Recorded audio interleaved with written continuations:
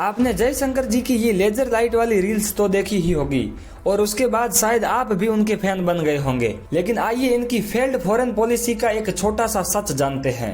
2022 से पहले India Russia से सिर्फ 2.5% ही क्रूड ऑयल इंपोर्ट करता था, लेकिन यूक्रेन वॉर और रशिया पर लगे सैंक्शंस के कारण रशिया ने इंडिया को भारी ऑयल डिस्काउंट ऑफर किया, जिसके चलते 2024-25 तक इंडिया ने रशिया से अपना ऑयल इंपोर्ट 40% तक बढ़ा दिया था। लेकिन जैसे ही ट्रंप पावर में आया तो उसने रशिया से ऑयल इंपोर्ट करने के कारण इंडिया पर 25% तक टैरिफ लगा दिए थे और ट्रेड डील करने से ही मना कर दिया और सीधा सीधा बोला कि रशियन ऑयल इंपोर्ट को बंद नहीं करोगे तो इंडिया यूएस की कोई ट्रेड डील ही नहीं हो पाएगी। तो भारत ने रशिया को बिना बताए ही ऑयल इंपोर्ट करना बंद कर दिया था और अल्टरनेटिव ऑप्शन के लिए सऊदी और इराक से ऑयल इंपोर्ट बढ़ा दिया था। लेकिन अब ईरान इजराइल वॉर के चलते इंडिया को फिर से रशिया याद आया है। लेकिन अब रशिया का डिसीजन क्लियर था, नो फ्रेंडशिप ओनली बिजनेस, और रशिया ने इंडिया को कोई डिस्काउंट देने से ही मना कर दिया। मतलब अब रशिया नेगोशिएशन टेबल पर बैठना ही नहीं चाहता है, ओनली बिजनेस। यूएस के साथ ट्रेड डील करने के कारण हमने हमारे बरसों पुराने दोस्त को बीच रास्ते में ही छोड़ दिया था। सिर्फ एक रॉन्ग डिसीजन